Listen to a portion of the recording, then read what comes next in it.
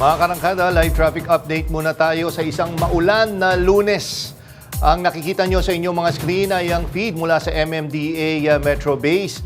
Ang nakikita nyo ay ang nasa dulo ng inyong screen, yan yung northbound lane ng EDSA. Yan yung mga galing ng Makati, galing ng Mandaluyong, papasok yan ng Quezon City at papunta ng Kamanava area. Medyo mabagal ang daloy ng trapiko dahil nga bukod sa madulas ang kalsada ay nagkakaroon ng ipon pagdating dyan sa may White Plains area. Samantalang ang southbound lane ng EDSA, yung mga galing ng Quezon City, papasok ng Mandaluyong at Makati, ay wala naman magiging problema sa mga oras na ito. Pero again, mag-ingat yung mga nagdadrive kasi maulan at madulas ang kalsada. Samantala, ito naman ang sitwasyon ngayon sa Mindanao Avenue Corner Congressional. Ang nakikita nyong medyo mabigat ang daloy ng trapiko, yan yung mga galing ng Novaliches at papunta ng Congressional Avenue, paliko ng North Avenue, papunta ng North Avenue yung mga sasakyan na yan. Samantala dun sa kabilang side, nasa dulo ng inyong screen, sa right side, maluwag pa naman ang daloy ng trapiko, yun yung mga galing ng North Avenue at papunta ng Novaliches area, pati na rin ng Mindanao NLEX entrance. The rules of the court. Ang nakita nyo ngayon sa inyong mga TV screen o kaya naman ay naririnig sa inyong mga radyo ay ang kasalukuyang sesyon sa loob ng Senado kung saan pinag-uusapan nga ang pag-convene ng ating mga senador para sa impeachment trial ni Vice President Sara Duterte. Abangan ang iba pang detalye dito. Kasi 'di ba, ang official date na June 9, Lunes, maulan pero nagbabaga pa rin ang mga balita. Ngayong linggo, tututukan ng bayan ang pagsisimula ng impeachment trial ni Vice President Sara Duterte. Tuloy-tuloy ang pag-arangkada ng mga balita at kasama niyo pa rin kami sa mga kwento ng bayan at lakas ng masa. Sa ngalan ni Nina Corpus, ako si Caroline Bonquin. Bawat komento, pulso ng bayan, importante yan sa amin. Bawat issue, dadaanan natin yan. Kaagapay nyo kami sa mga usaping hindi dapat palampasin. Live tayo sa DZMM Radyo Patrol sa East 30, 92.3 FM Radio Manila at lahat ng FMR stations sa buong Pilipinas. Gayon din sa Signal TV Channel 31. Ako si Jack Batallones, ito ang Arangkada Balita. Sapul sa video, dalawang rider patay matapos magsalpukan. Dalagitang biktima ng sextortion, nasagip. Suspect na aktuhan pang dinala sa motel ang biktima. Amandayehan Port, bukas na. Pero biyahe ng barko, limitado kaya mga biyahero stranded pa rin. Iba't ibang sektor iginigiit ang panawagang isulong ang impeachment trial ni VP Sara Duterte. At Pinay Muay Thai fighter pinabagsak ang kalaban sa unang round. Dead on arrival sa ospital ang dalawang rider matapos magsalpukan sa Cebu City. Sa pulsa CCTV ang insidente. May report si FMR News Cebu correspondent Clark Pasuit. Masdan ang isang SUV na papaliko sa may S. Osmeña Street sa Barangay Tejero, Cebu City nitong Biyernes. Maya-maya, dumating tsaka tumabi sa SUV ang kulay pulang motorsiklo na papaliko rin. Pumreno ang SUV pero ang pulang motorsiklo nagtuloy-tuloy nang biglang sumulpot ang kulay berdeng big bike na mabilis ang takbo at saka sumalpok sa paparating na motorsiklo. Sa isa pang kuha ng CCTV, makikita ang pagtalsik ng dalawang riders dahil sa lakas ng impact. Agad na isinugod sa ospital ang dalawang rider ng responding rescue team. Kinilala ang rider ng pulang motorsiklo na si alias Bugs habang si alias Alvin naman ang driver ng big bike. Pero parehong dead on arrival sa ospital ang dalawa. Clark Pasuit, umaarangkada sa pagbabalita. Arestado ang isang cellphone repairman matapos ireklamo ng sextortion ng kanyang dalagang biktima. Ang sospek na aktuhan pang kasama ang biktima sa isang motel. May report si FMR News Central Luzon correspondent Gracie Rutao.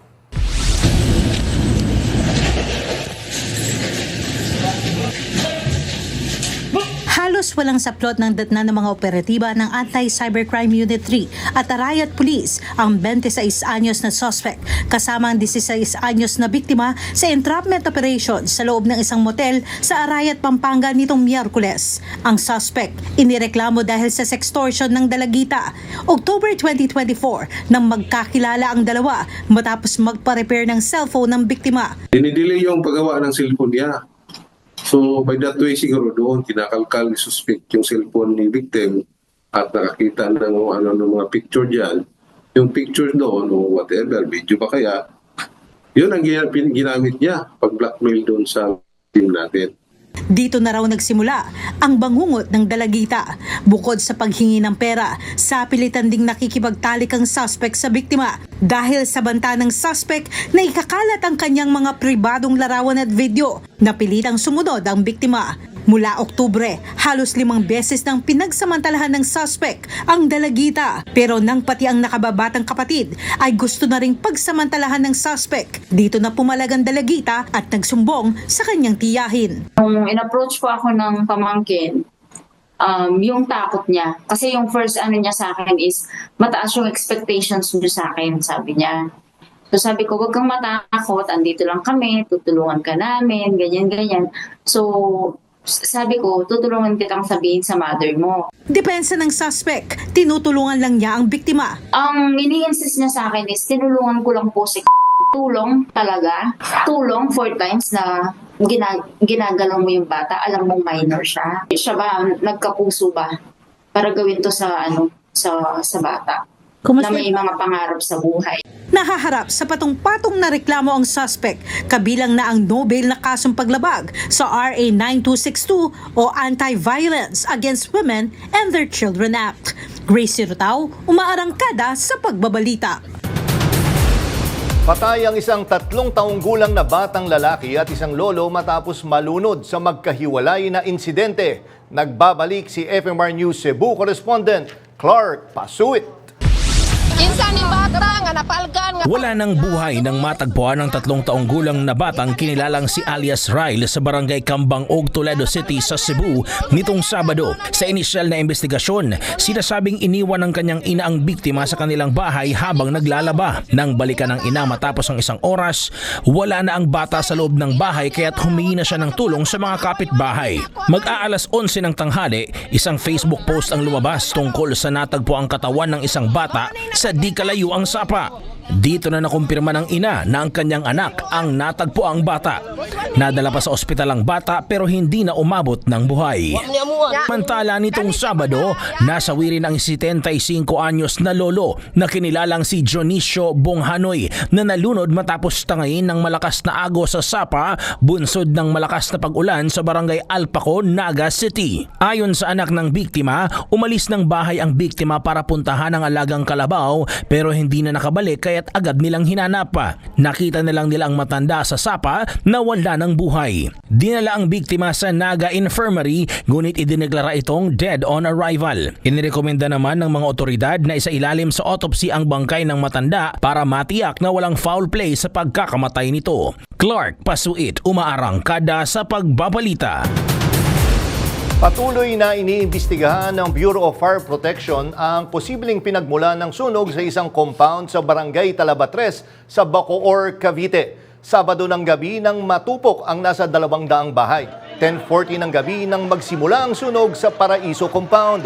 Mabilis na kumalat ang apoy dahil malakas ang hangin. Nananatili sa covered court ng Talaba at Talaba Elementary School ang mga nasunugan. Inaasahang mailulunsad na sa Hulyo ang National Emergency Hotline ayon kay Pangulong Ferdinand Marcos Jr. Dagdag niya, unang ipatutupad ang Unified 911 Emergency System sa National Capital Region, Bangsamoro Autonomous Region in Muslim Mindanao, Ilocos Region at Central Visayas. Dagdag pa ng Pangulo, nagsimula na ring magpakalat ang Philippine National Police ng mas maraming pulis sa lansangan. Layo ng Cops on the Beat o mas pinaigting na police visibility na maiwasan ang mga krimen. Isang dating abogado ng PCGG ang kumikilos para mapilitan ng Senado na ituloy ang impeachment trial ni VP Sara Duterte. Ang tanong niya, Kung hindi ngayon, kailan? May report si Angela Babad.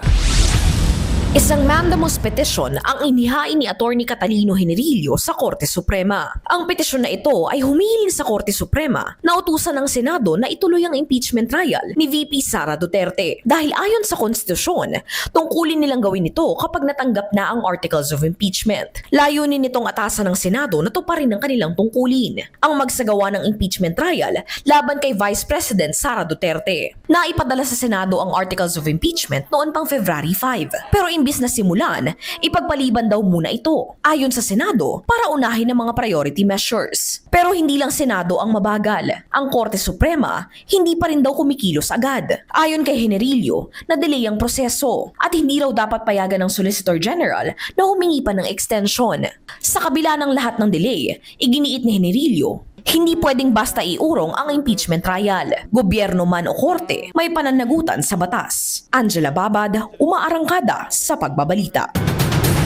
Magsisindi ng kandila, mag-iingay para sa demokrasya. Ito ang panawagan ng ilang grupo na nanawagang ituloy ang impeachment trial ni Vice President Sara Duterte. Simula June 9 hanggang June 11 daw sila magsisindi ng kandila at mag-iingay sa mga kalsada, barangay, kondo at village sa buong bansa. Gusto nilang ipakita sa mga mambabatas na nakabantay ang taong bayan at naghihintay sa impeachment ng Vice Presidente. Nagprotesta sa harap ng Senate building ang iba't ibang grupo para hikayatin ang Senado na simulan na ang impeachment trial ni VP Sara Duterte. Kabilang sa mga nanguna sa protesta ang Akbayan Party List, Mamamayang Liberal Party List at Tindig Pilipinas. Alas 9:30 kaninang umaga nagsimula ang pagtitipon sa Manila Film Center bago nagmarcha ang grupo. Pagdating sa Senado, nagsagawa ang mga nagpoprotesta ng isang ecumenical program na pinaunahan ni Father Flavie Villanueva. Giit ng mga nagpoprotesta, dapat gampanan na ng Senado ang constitutional mandate nito para masimulan na ang impeachment trial.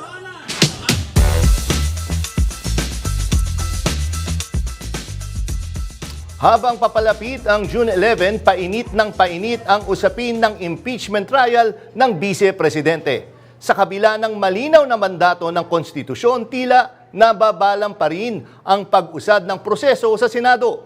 Kasama natin ngayon via Zoom si Atty. Dino De Leon, Public Interest Lawyer and Trustee of Human Rights and People Empowerment Center para talakayin ang mga kaganapan at obligasyon ng Senado at papel ng taong bayan. Magandang hapon po, Atty. Dino De Leon. Welcome po ulit sa Arangkada Balita. Jack Batallones po at Caroline Bongking. Magandang gabi, Jack at Kalin at sa lahat ng ating mga manonood. Yes, opo. Atty. Dino, nagmo-monitor ba kayo ngayon nung ongoing na Senate session? Mukhang nagkakaroon na naman ng panibagong base do sa isang senador. Iba yung niya ng fourth with. Hindi na tayo natapos sa fourth with na to. Ang sinasabi niya, attorney, hindi naman daw immediately. Ang ibig sabihin, yan yung susunod. Ano ba talaga? Medyo nakakalito na. Litong-lito na yung mga tao. Siguro Jack and Kalin, no, pagka marami talagang palusot, talagang magpapalusot at magpapalusot, no. Halos unanimous ang lahat ng law schools, lahat ng law school deans, ang pinakamagagaling na legal mind sa ating bansa. Sabi ng UP faculty, DLSU Law School faculty, Ateneo Law School faculty at lahat ng campuses ng Ateneo ito, lahat ng San Beda campuses, lahat ng UST campuses, yung sumulat mismo ng Article 11 on accountability, nag-draft si Justice Ascuna, sinabi, forthwith is immediately. Pinagpipilitan pa rin ng mga matitigas ang ulo. Anong ibig sabihin nun, di ba? Mukha yatang wala silang balak sundin ang malinaw na teksto ng konstitusyon at kailangan silang panagutin ng taong bayan, di ba? Alam mo, ang nakakatakot kasi dito kung hindi na sila nakikinig sa mga eksperto, hindi na sila nakikinig sa saligang batas, tas palalampasin sila ng taong bayan, yan yung tinatawag nating magkakaroon tayo ng impunity at mawawala yung rule of law. Kaya dapat panugutin sila ng taong bayan at pinipwersa nila yung taong bayan na magpunta talaga sa kalsada para siguraduhin na mababantayan yung konstitusyon. Attorney, kanina kasi, isa sa nabanggit ni Senator Coco Pimentel, dapat mag-convene na sila as impeachment court, tapos manumpa na, tapos i-present na yung, kung possible, tawagin na bukas yung prosecution panel para ma-present na yung articles of impeachment.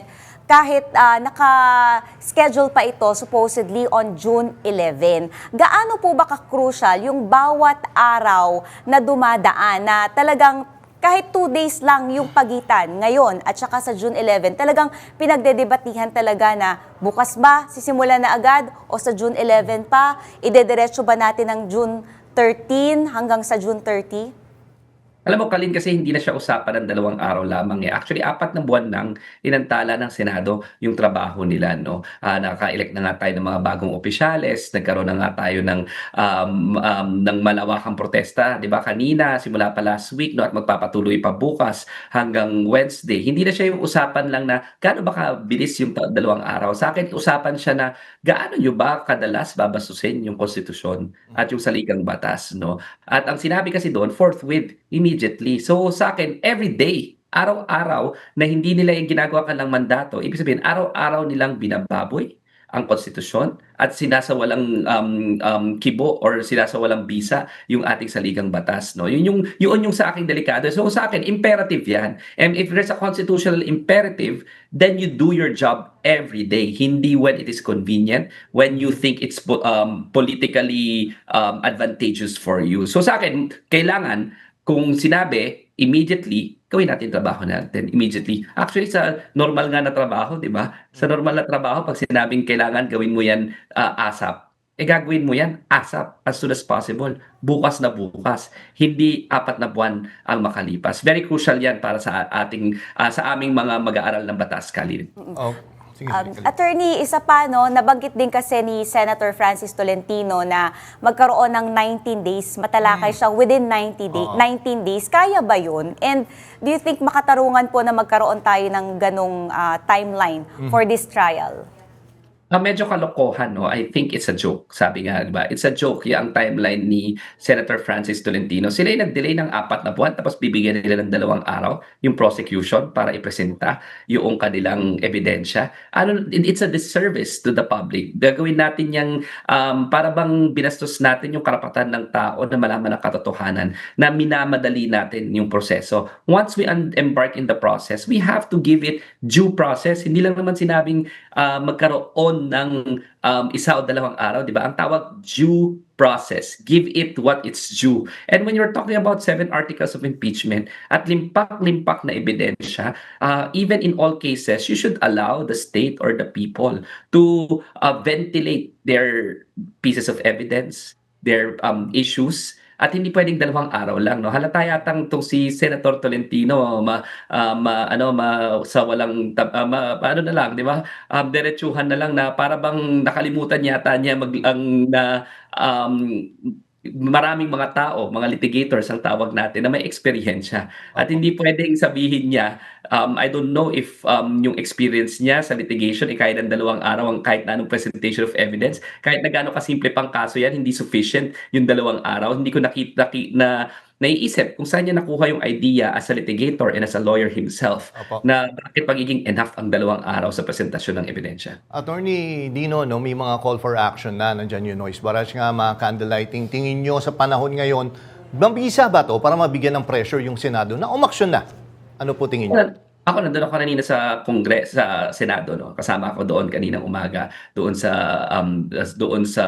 ecumenical service, and makikita mo rin dito yung solidarity ng tao, yung ability niya to mobilize. Sa akin, effective siya kasi nakita rin natin na kahit papaano para ba lumalambot na rin yung posisyon ni Senate President Jesus Escudero, although hindi ako sure, no, kung gaano siya lalambot, kaya kailangan siguro natin ng konti pang tulak hanggang bukas. Meron ulit bukas ng 5 to 9 p.m. yata yung People's Vigil sa harapan ng Senado, at importante yung National Day of Protest and Mass Action sa Wednesday at 1 to 5 p.m. sa harapan ng Senado. So more than just it being effective, I think it is our ability as well to organize as a people and to respond to the challenges. I think that is more important. At yun yung beauty kasi ng isang demokrasya, yung ability ng tao na to take back power once again when their officials and their leaders are erring and are not listening to them, makikita natin na yung tao pwedeng pumunta sa kalsada. That is constitutionally guaranteed. Right to organize, right to free speech as recognized by the framers of the Constitution and the people. So wag nating isipin na, alam mo yun, hindi maganda yung mag-rally. In fact, kung kinakailangan, kailangan talagang nakita yan sa saligang batas na kailangan yan from time to time. Dahilan sa may mga abusado nga sa gobyerno na ayaw nilang gawin at gampanan ang kanilang trabaho base na rin sa Constitution. So, inaanyayahan namin bukas, magkita-kita ulit sa Senado 5 to 9 p.m. at sa Wednesday 1 to 5 p.m. Yung kanina, halos libo-libong tao ay nasa harapan nun. Yun ay simulang pagdarasal pa lamang. No? Meron pa ulit bukas at meron pa ulit sa Wednesday. Pero bukod doon, attorney, kunyari, hindi naman sila makakasama sa mga kilos protesta. For some reason ay may ginagawa sila. Ano yung mga pwede pa nilang hakbang na pwede nilang gawin para ipakita ang kanilang pagprotesta po? Alam mo, pag tinatawag natin yung active citizenship ang tawag, no, marami naman tayong mga avenues na pwedeng gamitin. No?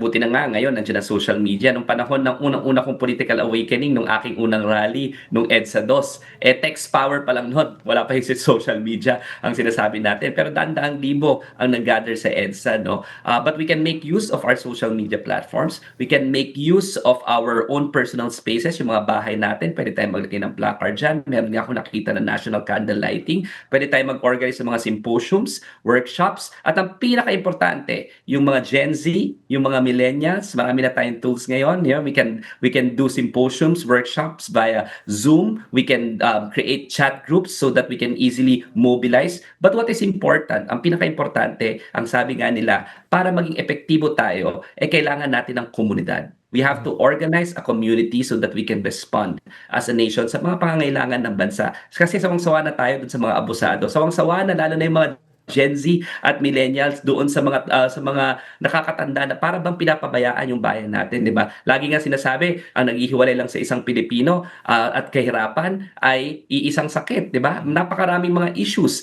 na kailangan talakayin pero hindi nila ginagampanan yung trabaho nila. So we should be able to respond at the soonest possible time. And we have to respond through a community. So yun, kailangan natin mag-mobilize as Gen Zs and millennials as well. Okay, maraming salamat po again sa oras ninyo, Attorney Dino De Leon. Exciting times ahead, definitely. Ingat po kayo at mabuhay, sir. Salamat, Jack and Kalin, at mabuhay rin po kayo. Sa aming pagbabalik, Pangulong Bongbong Marcos nanindigang hindi sisimula ng EDSA rebuild hanggang walang solid na rerouting plan. Marami pang mainit na balita sa pagbabalik ng Arangkada Balita.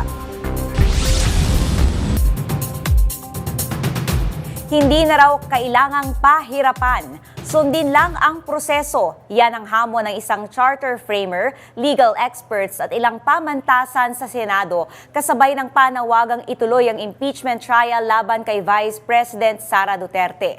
Narito ang report ni FMR Senior Correspondent Willie Delgado Jr. Ito ang giit ni dating Supreme Court Justice at 1987 Constitution framer Adolfo Ascuna kasunod ng halos 4 na buwang pagkakaantala ng impeachment trial ni Vice President Sara Duterte. Ayon kay Ascuna, simple lang, ipabasa ang articles of impeachment at iserve sa respondent. Yun lang daw ang kailangan ni Senate President Chis Escudero para simulan ng proseso bago matapos ang 19th Congress sa Hunyo 30. Nilinaw rin ni Ascuna na hindi kailangan matapos ang impeachment trial bago matapos ang termino ng mga mambabatas dahil ang impeachment ay isang constituent power at hindi legislative. Kaya hindi ito kasamang naluluma o nalalaos sa pagtatapos ng Kongreso. Dagdag pa niya, siya mismo ang naglagay ng salitang forthwith sa saligang batas. Ibig sabihin, agad-agad, hindi sa susunod na taon at lalong hindi kapag may oras na. Ang sino man na magtatangkang ibasura ang impeachment ng walang paglilitis, ayon sa kanya, ay tahasang lumalabag sa konstitusyon. Samantala, may inilatag ng trial calendar si Senate Majority Leader Francis Tolentino. Target ang 19-day trial na matatapos bago ang Hunyo 30. Pero kahit abutin ito sa 20th Congress, wala raw problema. Tuloy pa rin ang pananagutan. Pabor din dito ang Philippine Bar Association na nagsabing dapat na ituloy ang impeachment trial na naaayon sa Constitution. Maging ang Ateneo Law Deans mula Manila, Davao, Cagayan, Zamboanga at Naga ay sumusuporta na rin sa impeachment trial. Giit nila, tungkulin ng mga pinuno na pairali ng hustisya ayon sa espiritu ng serbisyo at para sa ikabubuti ng sambayanan. Maging ang University of Santo Tomas, ang pinakamatandang Catholic University sa bansa, naglabas na rin ng panawagan para sa respeto sa konstitusyon at responsibilidad ng mga halal na opisyal. Willie Delgado Jr. umaarangkada sa pagbabalita.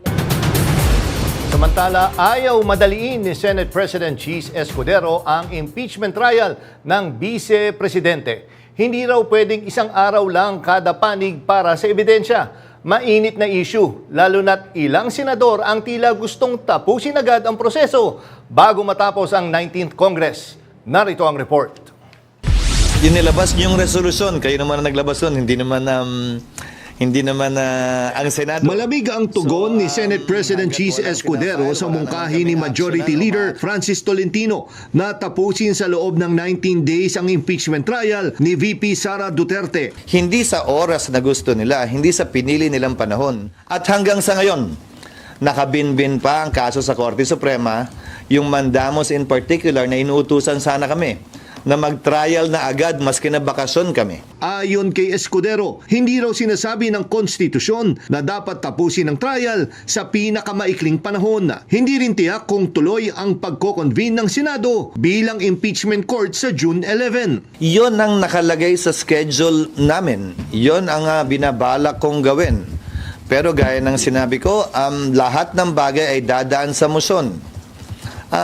Lahat ng bagay dadaan sa plenary action. Dagdag pa ni Escudero, kahit siya ay naniniwalang pwedeng ipagpatuloy ang kaso sa 20th Congress. Ang desisyon ay nasa bagong hanay ng mga senador. Pero habang may mga senador na gustong bilisan, may mga mambabatas ding umaalma. Ang kapangyarihan ng bawat opisyal ng pamahalaan ay hinihiram lang po natin sa taong bayan. At ang kapangyarihang ito ay nakasalalay sa patuloy nilang pagtitiwala at sa patuloy nating pagiging katiwa-tiwala. Sa ilalim ng proposal ni Tolentino, tig-2 araw lang ang bawat panig, prosecution at defense, para magpresenta ng ebidensya. Target ang desisyon bago magtapos ang 19th Congress sa June 30. Pero ayon kay House Lead Prosecutor Rog Gutierrez, di raw ito realistic. Ang mga alegasyon kay VP Sara, paglabag sa konstitusyon, iligal na paggastos ng confidential funds at umano'y assassination plot kay Pangulong Ferdinand Marcos Jr. Sa kabila ng pag-uurong sulong ng Senado, malinaw ang pulso ng taong bayan. Pabor ang nakararami na ituloy ang impeachment trial ni Vice President Sara Duterte. Ayon sa tugon ng masa survey ng Okta Research, 78% ng mga Pilipino ang sumagot ng yes sa tanong na dapat bang humarap si VP Sara sa impeachment court at harapin ang mga reklamo laban sa kanya. 13% lang ang tutol, habang 9% ang hindi alam o walang sagot. Ang survey ay isinagawa nitong April 20 hanggang 24 na may margin of error na plus-negative 3%. At kaugnay nga ng balitang yan, makakausap natin via Zoom si Professor Ranjit Rai, ang president ng Okta Research. Magandang gabi po, Professor Rai. Welcome po ulit sa Rangkada Balita. Jack Batallones po at Caroline Boskin. Yes, good evening po, Jet and Caroline. Magandang gabi sa lahat na nanonood at nakikinig po sa atin. Yes, Professor Ranjit, kanina nagmo-monitor kami ni Kalin ng ongoing na Senate session. Medyo may isang senador doon, kine-question po yung mga survey po na ganito. Ang sinasabi, paano naman daw yung saloobin ng mga taga-Visayas at Mindanao? Tama, no? Ako rin minomonitor ko bago ko pumunta sa inyo. Nakatutok po ako sa Senate proceedings natin, no? I think si Senator Bato de la Rosa, no, he was impassioned. Klaro naman sa lahat ng mga surveys na lumalabas, halos lahat, no, na gaya ng survey namin sa Okta Research, 78% or karamihan ng ating mga kababayan gustong matuloy ang impeachment trial para mabigyan ng pagkakataon ang Vice President na linisin ang kanyang, hindi lang harapin ang mga paratang sa kanya, pero linisin rin yung kanyang record, no? Or ayusin, no? Okay, mag-respond sa mga charges upang maklear ho yung pangalan niya. 78% ho yan. So that means Luzon, Visayas, Mindanao, National Capital Region, that's more than the majority po. So, yan ay isa pang finding namin, malawakan ang kaalaman tungkol sa impeachment. So, there's a 91% of our own adult population know about the impeachment, are aware about the impeachment. Pangalawa, syempre, malakas na panawagan, no, para sa pananagutan. Yun ang ibig sabihin ng findings na to, na 78% ng ating publiko ay niniwala na dapat harapin ni Vice Presidente Duterte ang impeachment court para sagutin yung mga paratang sa kanya at para syempre linisin niya kanyang pangalan. So hindi lang to pananagutan, andito rin yung idea ng due process. So kailangan bigyan siya ng pagkakataon sagutin yung mga kaso, no, na pinalatag sa impeachment complaint against her sa Senate. So, klaro sa akin at saka sa ating mga kababayan, dapat tuloy itong impeachment trial na to. Professor, ginawa tong survey April 30 hanggang April 24. So ngayon ay June 9. April 20 to 24. Yes po, opo. So ngayon ay June 9 na. So marami nang nangyari between that period and today. Sa tingin niyo po ba itong mga nagdaang araw na yung mga series of events at mga isyong lumitaw ay malaki yung epekto dito sa number na ito dun sa kung tayo ay magsa-survey ngayon? Maaari, no?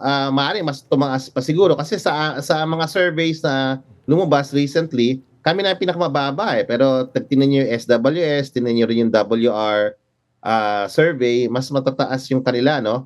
And nakikita ko yung trajectory niyan, yung trend niyan pataas po most likely kasi as more and more of our kababayans see it, dalawang side yan eh. One is an issue of accountability, kailangan may pananagutan, no? Pangalawa, may isang side na nagsasabi, bigyan ng pagkakataon si Vice Sara Duterte, Vice President Sara Duterte, na sagutin yung mga paratang sa kanya at mabigyan siya ng pagkakataon linisin yung kanyang pangalan. So, there are two sides, no? Kaya yung appreciation ng question namin, siguro, kaya ang daming sumagot ng oo kasi yun nga, it captures those two sides of the issue. Na for some, nakikita nila to na kailangan talagang panagutin. Ang side naman, kailangan bigyan ng pagkakataon, sagutin yung ating yung paratang, no, na nakasaad dun sa mga kasong final doon sa Senado. Kaya dapat at one level, ganun na nga ang sinasabi ng mga kababayan natin. Siguro wala nang kaduda-duda, no? Kung meron pang duda ang ating mga senador, talagang sinusuporta ng taong bayan, mayorya ng taong bayan, itong impeachment trial. And Professor Ryan, no, ganito, may survey na kayo na nilabas, tingin nyo nakaka-apekto kahit paano ay makaka-apekto sa magiging hatol or sa pag-iisip po ng mga senador, yung moral pressure nga or yung public opinion po? Sana wala siyang epekto, no, in terms of the decision, no. Pero sana may epekto siya in the terms of convincing our senators na lalo yung iba na may agam-agam na hindi popular to, gaya ng sabi ng isang senator, magkakawatak-watak tayo dito. Hindi nga po eh. Mayorya ho ng ating mga kababayan gusto ito matuloy for two reasons nga. One is the issue of accountability, the other is the issue of due process. Kailangan bigyan ng pagkakataon hindi lang si VP Sara Duterte makasagot at depensahan ng sarili niya, pero tayong taong bayan kasi kailangan natin tandaan, no, na yung impeachment complaint yan ay hinain ng House representing all of us. So basically it's our complaint and the people have to be given transparency and accountability. The people, us, the Filipino people represented in that impeachment complaint must also be given due process. Tayo rin dapat mapilit natin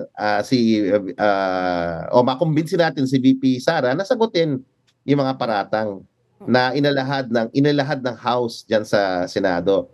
Ang sa Senado naman, siguro sana magsimula na sila. Yun ata yung gustong gawin ng o i-suggest ng motion no ni Senate no ni Senator Pimentel na imbes na sa 11 simulan na natin as a way of listening to the public kasi may public clamor, may public suspicion, tama man o mali na merong maneuver na para tigilin yung impeachment trial na hindi matuloy yung impeachment. Kaya siguro ganun kataas po yung pressure ng public ngayon. Professor, kanina kasi nabanggit nga ni Senator Bato de la Rosa na doon daw sa mga parte doon sa Southern Philippines, Visayas, Mindanao, marami daw yung nagsasabi na wag daw ituloy yung impeachment. Based po ba dito sa inyong naging survey? Is it the same? Ano po yung nakikita ninyo? May regional differences ba when it comes to their views on impeachment? Well, siguro, ewan ko saan nakukuha ni Senator Bato yung kanyang datos, no? Siguro kaya na sa konsultasyon niya with other people. Pero ito yung lumalabas ho sa Mindanao, 77% po ang nagsasabing dapat ituloy yung trial, dapat iharapin ni Vice President Duterte yung trial para masagot yung mga paratang sa kanya at 77%. Sa pinakamataas sa Visayas at 87%, pinakamababa sa Balanced Luzon at 73%. So mataas pa yung sa Mindanao. So hindi wala akong basehan sa datos yung sinasabi ho ni Senator Bato.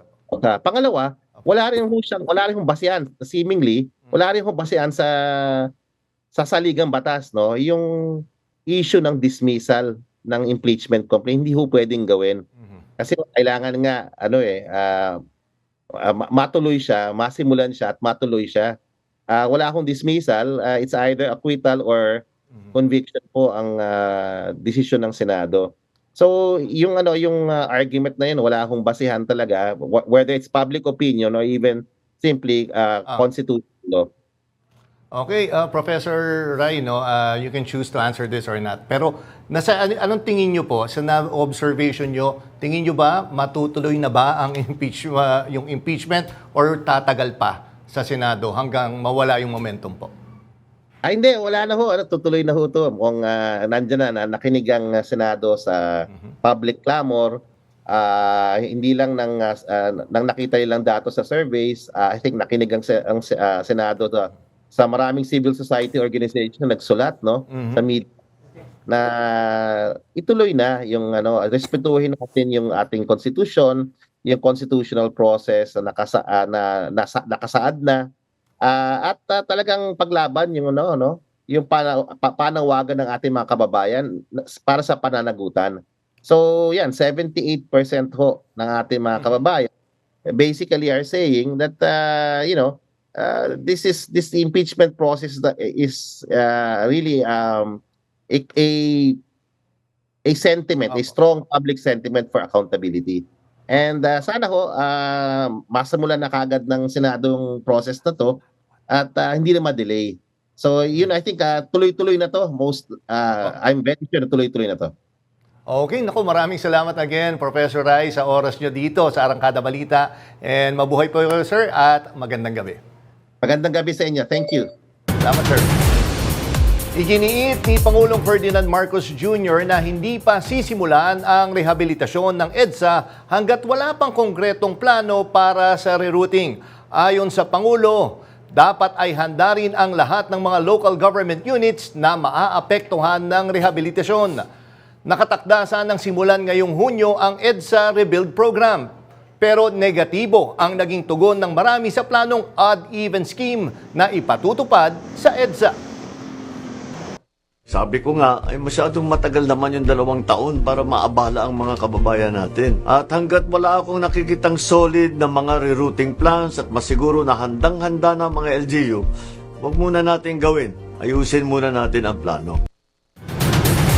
Ibababa ng Department of Agriculture sa 43 pesos ang maximum suggested retail price ng imported rice simula July 1. Mula 45 pesos, babawasan ito ng 2 piso kasunod ng pagbaba ng presyo ng bigas sa world market. Sinabi ni Agriculture Secretary Francisco Chu Laurel, magkakaroon din ng pagbabago sa presyo ng bigas na ibinibenta sa ilalim ng programang Rice for All. Ipinatupad ang MSRP noong Enero para maiwasan ang pagtaas ng presyo ng bigas sa merkado.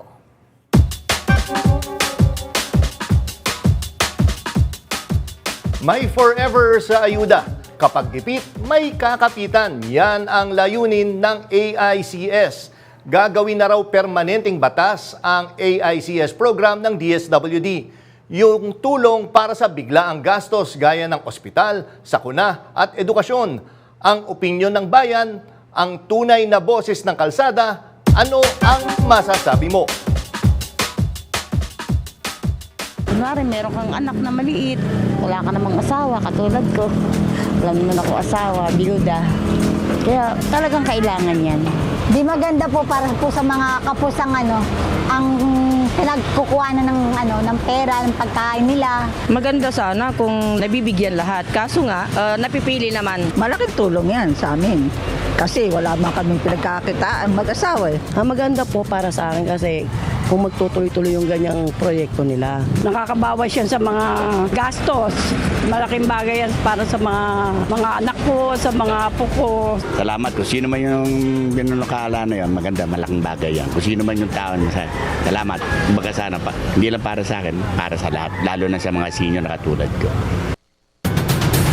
At para pag-usapan ang AICS program, kung ano ang saklaw nito at paano mapapakinabangan ng ating mga kababayan. Kasama natin sa linya ng telepono si Gabriela Partelis Representative at House Assistant Minority Leader, Congresswoman Arlene Brosas. Magandang gabi, Congresswoman. Welcome po sa Arangkada Balita. Jack Batallones po at Caroline Bongkin. Ay, magandang gabi po. Good evening. Oo, Yes. good evening sa inyo. Oo, Jack. Yes, Congresswoman, ano po ba yung pinakamahalagang layunin ng batas na ito po? Siyempre, ang pinakalayunin talaga nung pagsasabatas ng AIX ay talagang makatulong sa ating mga kapos sa kabuhayan, sa kasalukuyan.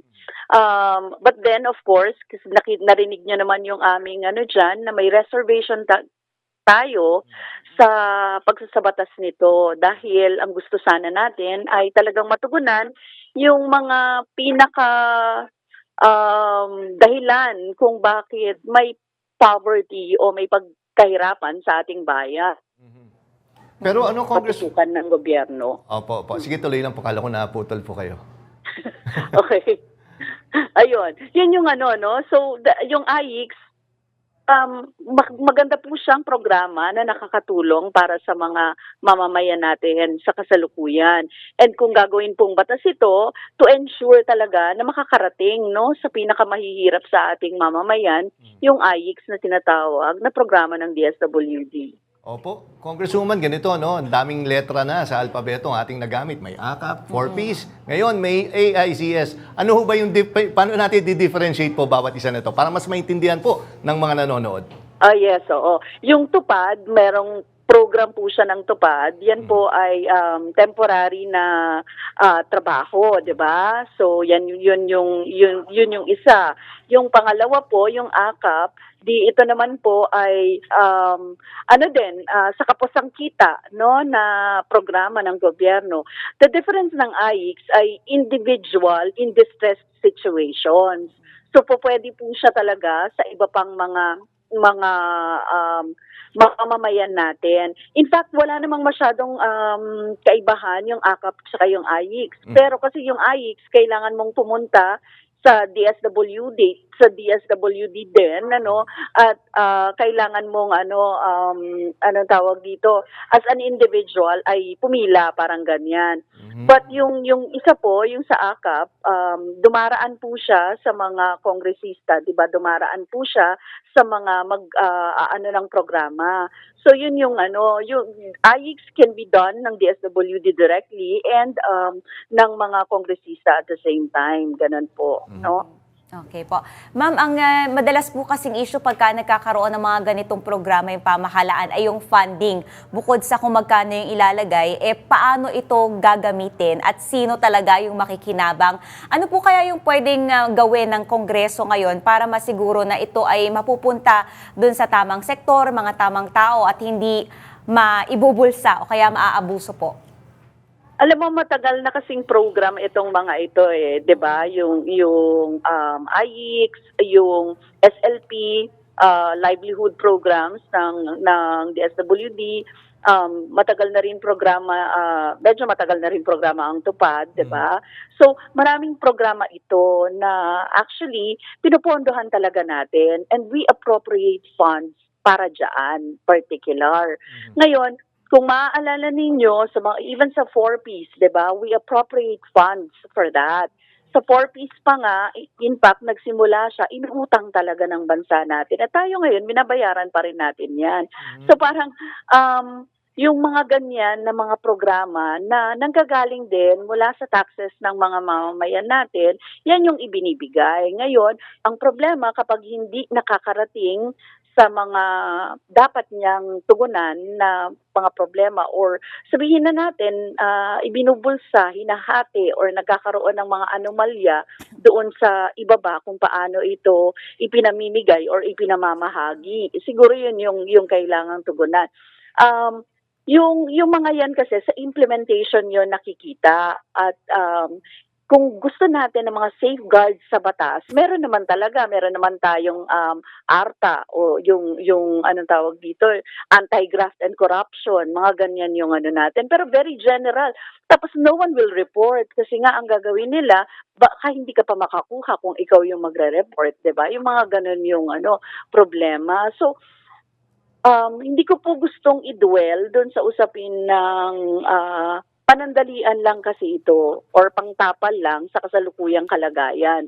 Na ang pinakakailangan talaga natin ay mga trabaho na necessary na trabaho, hindi informal work kundi trabaho na may nakabubuhay na sahod.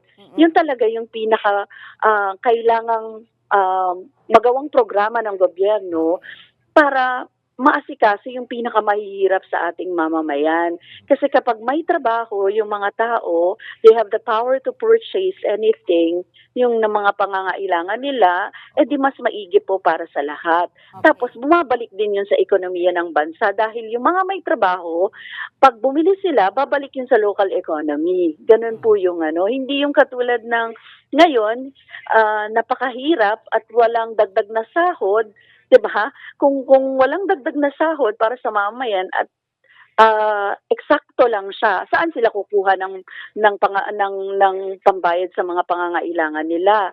So mapupunta 'yon sa mapupunta ka sa paghahanap katulad ng IEX, Tupad at kung ano-ano pa na mag-augment, no? Ang Tupad nga pag wala kang trabaho, saka lang ibibigay yun di ba? So, may mga ganun. Sige po. Naku, maraming salamat po, Congresswoman Arlene Brosas, sa binigay niyong oras sa amin dito sa Arangkada Balita. Maraming salamat at mabuhay po kayo. Thank you, Jack. Thank you. Maraming salamat. Salamat po. Sa aming pagbabalik, Songbird Supreme Mariah Carey may bagong single after 7 years. Marami pang mainit na balita sa pagbabalik ng Arangkada Balita.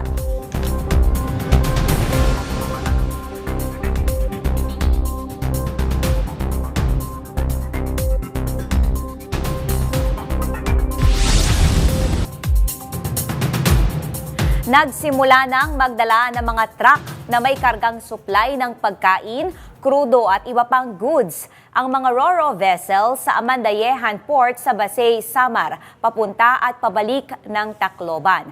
Ang Amandayehan Port ang nagsisilbing alternatibong ruta dahil sa ipinatutupad na load limit sa San Juanico Bridge. Matapos lang ang higit 1 taong paggawa, nagamit na agad ang pantalan. Ang mabilis na pag-aayos ng pantalan ang sagot ng Department of Transportation, Department of Public Works and Highways at Philippine Ports Authority, gayon din ang lokal na pamahalaan ng Samar at Tacloban sa utos ng Pangulo na tugunan ang epekto ng load limit ng San Juanico Bridge. Ikinatuwa ng mga biyahero ang pagbubukas ng panibagong ruta para makapagbiyahe na ang kanilang mga produkto. Pero ang problema, mahaba pa rin ang pila ng mga biyahero. May report si FMR News Tacloban correspondent Don Chu. Don, kamusta? Bagamat bukas na itong Mandayehan Port ay hindi pa rin tuluyang nababawasan ang kalbaryo ng mga biyahero. Limitado lang kasi ang bilang ng mga cargo vessel na pwedeng magsakay sa mga biyahero patawid at babalik ng Tacloban. Matapos ma-stranded ng ilang linggo dahil sa load restriction ng San Juanico Bridge, may de-deliver na sa wakas ni Manong Edward sa iba't ibang bahagi ng Leyte ang kaniyang kargang mga cookies at biskwit na nagmula pa ng Imus, Cavite. Kaninang umaga nga ay nagsimula na ang operasyon ng mga cargo vessel sa Mandayehan Port sa bayan ng Basay, Samar. Ito ang pinakamadaling ruta para sa mga sasakyang hindi pinapayagang makatawid sa San Juanico dahil sa bigat nito. Masasaya na kami. Siyempre, kasi makatawid na, makatuloy-tuloy na yung hanap buhay. Pero nangangamba pa rin ang ilang driver dahil sa kilometrong haba ng pila ng mga truck na naghihintay sa kanilang schedule sa pagtawid. Gaya na lang ni Limuel na may 2 araw na sa pila. Ibibiyahe sana niya para ibenta sa Tacloban ang daan-daang kilo ng kopra na nagmula pa ng Dolores, Eastern Samar. Pangamba niya, pag inabot pa sila ng ilang araw sa pila ay mababawasan raw ang timbang ng kanilang mga kopra at bababa ang kalidad. Ngayon pa lang, isang araw na yun. Nagtanong kami kung ilang araw doon sa shipping line. Wala silang siguradong date. Ang sabi lang sa amin, ililista ka namin, booking, tapos tatawagan na lang. Dagdag pasanin din sa mga biyahero ang nasa 4,000 pisong nababawas sa kanilang kita dahil nauuwi sa panggasto sa pagkain at pasahe sa barko. Ilang residente naman sa Mandayehan ang nagkaroon ng oportunidad na makaghanap buhay. Nitong Enero lang nang magsara ang tindahan ni Ana May dahil sa baba ng kita. Pero dahil biglang dumami ang mga gumagamit ng Mandayehan Port, muli niya itong binuksan. Yung mga bumababa, dito din po sila nabili kasi napaka first na yung tindahan namin. So, dito sila dumidiretso. So, at least nakakaubos kami ng mga paninda. So, booming yung business dito sa Mandayehan. Sa ngayon, 3 cargo vessels pa lang ang bumibiyahe sa Mandayehan papuntang Tacloban Port at pabalik mula alas 5 ng umaga hanggang alas 3 ng hapon. Nasa 2,200 hanggang 3,500 pesos naman ang one-way fee, depende sa laki o bigat ng sasakyan. Sa ngayon patuloy pa rin ang pagpapalawak ng rampa ng Pantalan para madagdagan ang bilang ng mga cargo vessel na makakabiyahe sa Mandayehan Tacloban route. Yan muna ang latest, balik sa inyo. Maraming salamat, FMR News Tacloban correspondent Don Chu. Pinangunahan ni House Speaker Martin Romualdez ang pagpapasinaya ng bagong tayong OFW Global Center sa Hong Kong. May report si Cherubim Garaden. Kasabay ng pagbubukas ng OFW Center, tiniyak din ni Speaker Martin Romualdez na mas magiging abot kamay na ang serbisyo ng pamahalaan, alinsunod sa direktiba ni Pangulong Bongbong Marcos. Sa kanyang mensahe, sinabi ni Romualdez na kasabay ng pagbubukas ng OFW Center ay ang paghahatid din ng mas maayos na serbisyo, pagkalinga at pagpapaigting ng commitment sa mga bagong bayani. Kasabay din ng pagbubukas ng center ang paghahatid ng iba't ibang serbisyo ng pamahalaan sa pamamagitan ng isang caravan. Magbibigay din ng mga pagsasanay sa mga OFW para higit na mapalakas ang kanilang mga kakayahan. Ang center ay maaari ring magsilbing tambayan ng mga OFW sa kanilang day off. Tiniyak niya na nananatiling buo ang suporta ng Kamara sa pagsusulong ng mga batas na poprotekta, magpapalakas at magbibigay pugay sa ating mga OFW. Cherubim Ganaden, umaarangkada sa pagbabalita.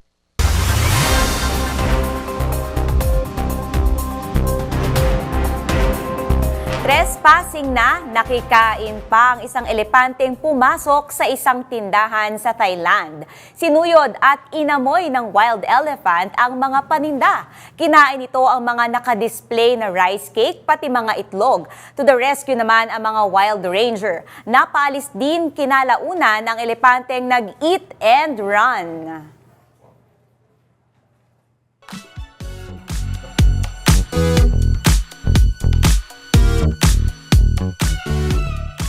After 7 years, nagbabalik ang Songbird Supreme na si Mariah Carey with a new single. May showbiz balita si DJ Mama Mia.